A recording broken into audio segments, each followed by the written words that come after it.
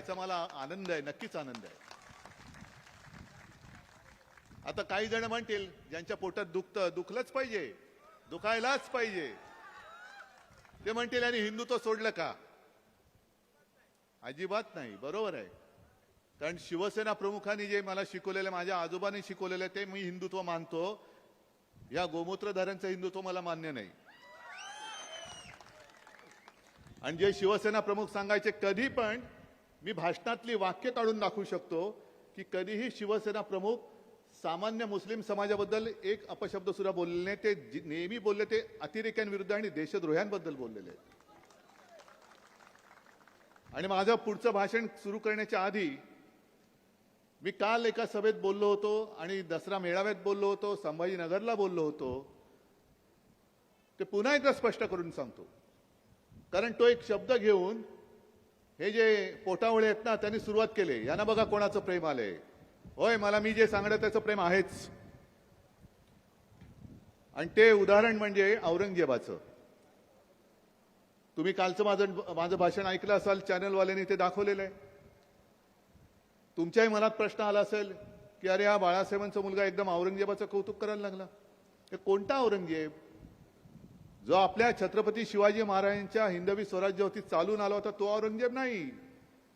तर काश्मीरमध्ये आपल्या सैन्यातून आपल्या देशासाठी अतिरेक्यांशी जो लढला आणि सुट्टी असताना तो परत चालला, तो घरी जात होता, मधल्या रस्त्यातून त्याचं अपहरण केलं गेलं, अतिरेक्यांनी अपहरण केलं, पाकड्यांनी अपहरण केलं आणि त्याला हाल करून मारला.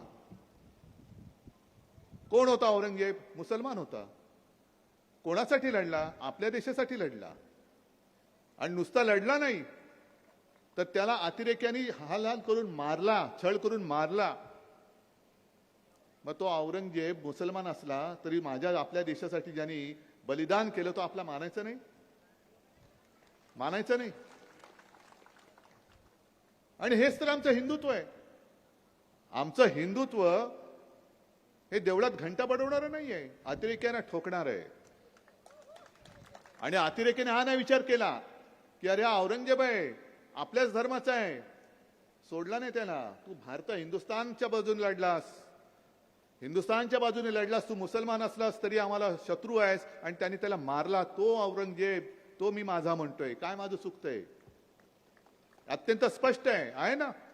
मी जे बोललो आता मगाशी भास्कररावांनी तुम्हाला आवाहन केलं, गीते साहेबांनी केलं, तुम्ही जोरात हो केलं. मी बोललोय ते तुम्हाला पटते की नाही पटते? एकदा हो की नाही सांगा. मग ही आमची स्वच्छ भूमिका आहे, स्पष्ट भूमिका आहे. ह्याच्यामध्ये आम्ही कधीही अरे आत्ता मी काय तुम्हाला काय पुढका आला याच्यातला भाग नाहीये. ज्या वेळेला आपलं युती सरकार होतं, भारतीय जनता पक्षाचे गोपीनाथ मुंडे हे उपमुख्यमंत्री होते, मनोहर जोशी मुख्यमंत्री होते, तेव्हा तुम्हाला सर्वांना माहिती आहे जिथे आम्ही राहतो कलानगर मातोश्री आहे त्याच्या बाजूला आता ती जागा या लोकांनी बुलेट ट्रेनसाठी गुजरातच्या घशात घातली. हो, त्यांच्यासाठी घातली. तिथे एक मोठा मुस्लिम समाजाचा इस्तेमा झाला होता, आठवते? साबिर भाई आमचा मंत्री होता. साबिर भाई कोण होता? साबिर शेख कोण होता? तो पण शिवभक्त होता. आणि त्यांनी विनंती केली, बाळासाहेबांनी सांगितलं दिली, कर, काय करायचं कर. लाखो मुस्लिम आले होते.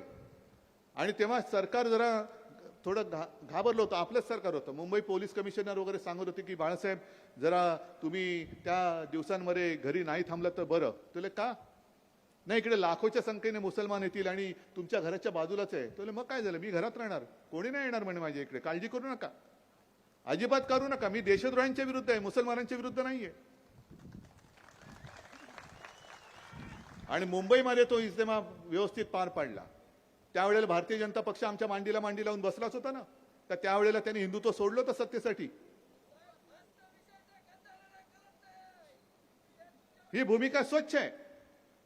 आज मी माझ्या भाषणाला पुढे जाण्याच्या आधी काल जसं आपल्या देशाचं एक काय त्याला म्हणायचं टेम्पररी अर्थसंकल्प मांडला निर्मला सीतारामनबाईंनी, त्याच्यावरती मी बोललोच. पण आज मुद्दामून मुंबई महापालिकेचा अर्थसंकल्प सादर केला. तुम्ही म्हणाला हो तुम्ही म्हसळ्यामध्ये आलाय, श्रीवर्धन बद्दल बोला, म्हसळ्याबद्दल बोला, मुंबईबद्दल काय बोलता? नाही, मुंबई आपली राजधानी आहे, तुमची सुद्धा राजधानी आहे, माझ्या महाराष्ट्राची राजधानी आहे. जी हे लुटतायत, सगळं मुंबईचं ओरबाडून नेत आहेत, डायमंड मार्केट घेऊन गेले, मोठमोठे ऑफिसेस घेऊन गेले, सगळे उद्योग घेऊन जात आहेत, मुंबईची अत्यंत मोलाची जागा ती बुलेट ट्रेनच्या घशामध्ये घातली. आरेची जी जागा पर्यावरणासाठी आम्ही राखून ठेवलेली तिची वाट लावून टाकली, त्याच्या पलीकडे कांजूरची जागा घेतली. आणि मुद्दामून तुम्हाला सांगतो, कारण काही काही वेळेला असं होतं की युती सरकार आपलं 95 साली होतं, मला वाटतं त्याच सुमारास हिंदू हृदय सम्राट शिवसेना प्रमुखांच्या हस्ते वांद्रे ते वरळी या सेतू पुलाचं भूमिपूजन झालं होतं. त्याला काही काळ गेला, दरम्यानच्या काळात सरकार गेलं, तो पूल पूर्ण झाला, भूमिपूजन बाळासाहेबांच्या हस्ते झालं आणि उद्घाटन काँग्रेसच्या हस्ते झालं. मला वाटतं सोनिया गांधी आल्या होत्या, शरद पवार तेव्हा होते.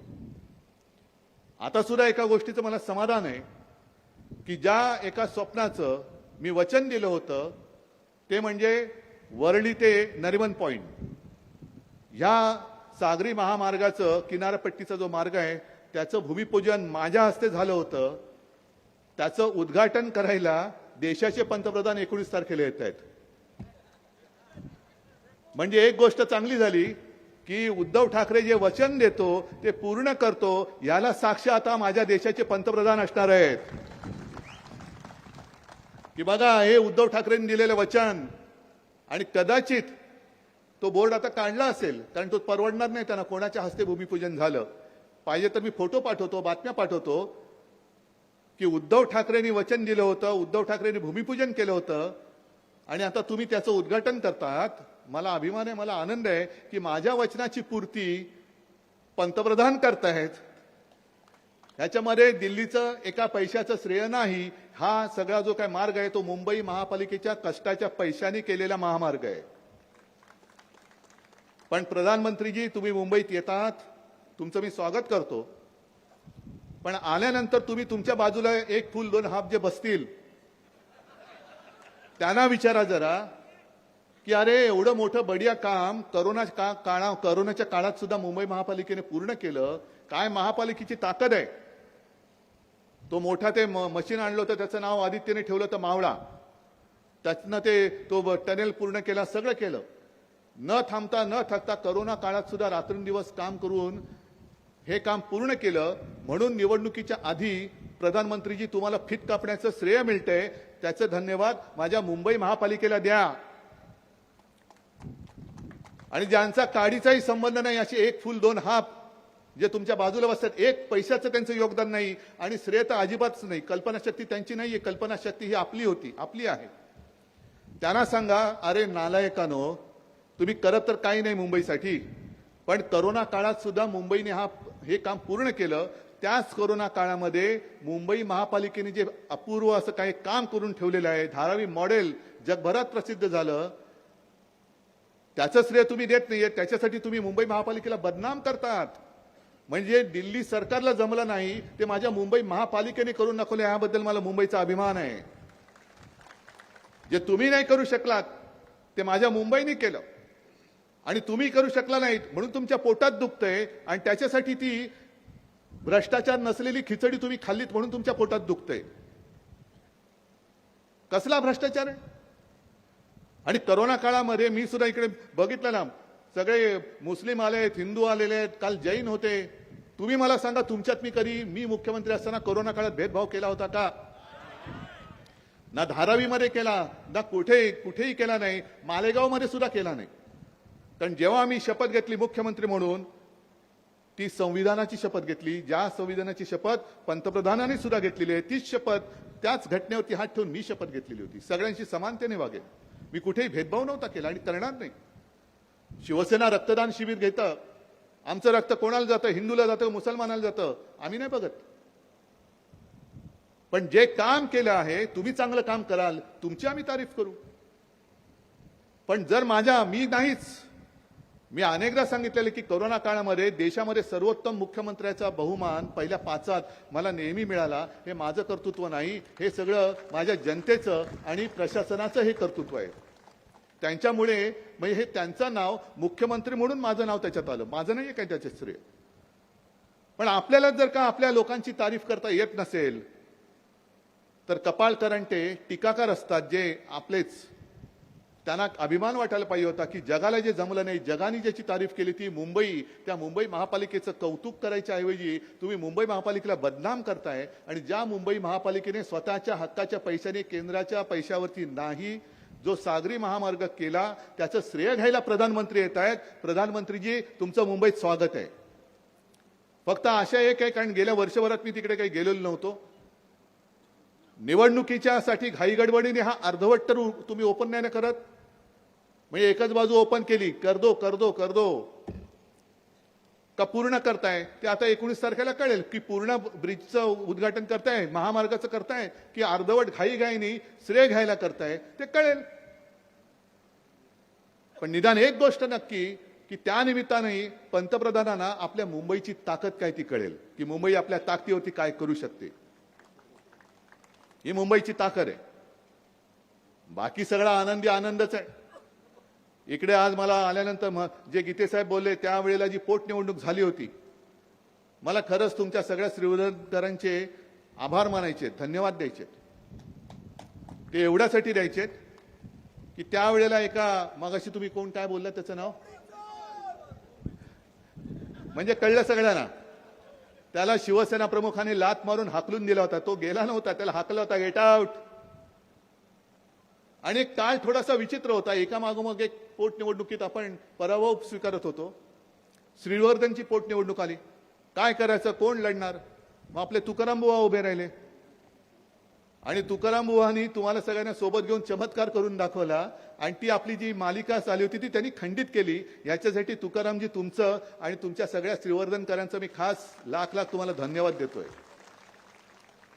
तेव्हाची परिस्थिती वेगळी होती, आताची परिस्थिती वेगळी आहे. आता नवगणे तुमची उमेदवारी मी बोलायची आधी जाहीरच झालेली आहे, त्याच्यामुळे मला पर्यायच नाहीये. हे नाही पर्याय नाही, मी गमतीने बोललोय, पण त्यांना मी मनापासून शुभेच्छा दिलेल्या आहेत. आणि हा श्रीवर्धन माझा भगव्याचा हक्काचा बालेकिल्ला आहे, हक्काचा बालेकिल्ला आहे. बाकी घराणेशाहीबद्दल भास्करराव जे काय बॅटिंग करून गेलेत, आता मी वाट बघतोय घराणेशाहीला विरोध करणारे प्रधानमंत्री तटकरेंच्या घरातल्या किती लोकांना तिकीट देणार आहेत. होऊनच जाऊ द्या. आता सगळे वडिलांपासून मुलीपर्यंत, नातवापर्यंत जे जे कोणी घुसलेत त्यांच्या पक्षात बचाव करत, त्या सगळ्यांना तिकीट देणार की सगळ्यांना सांगणार की आमच्याकडे घराणेशाही चालत नाही, चल बाहेर जा.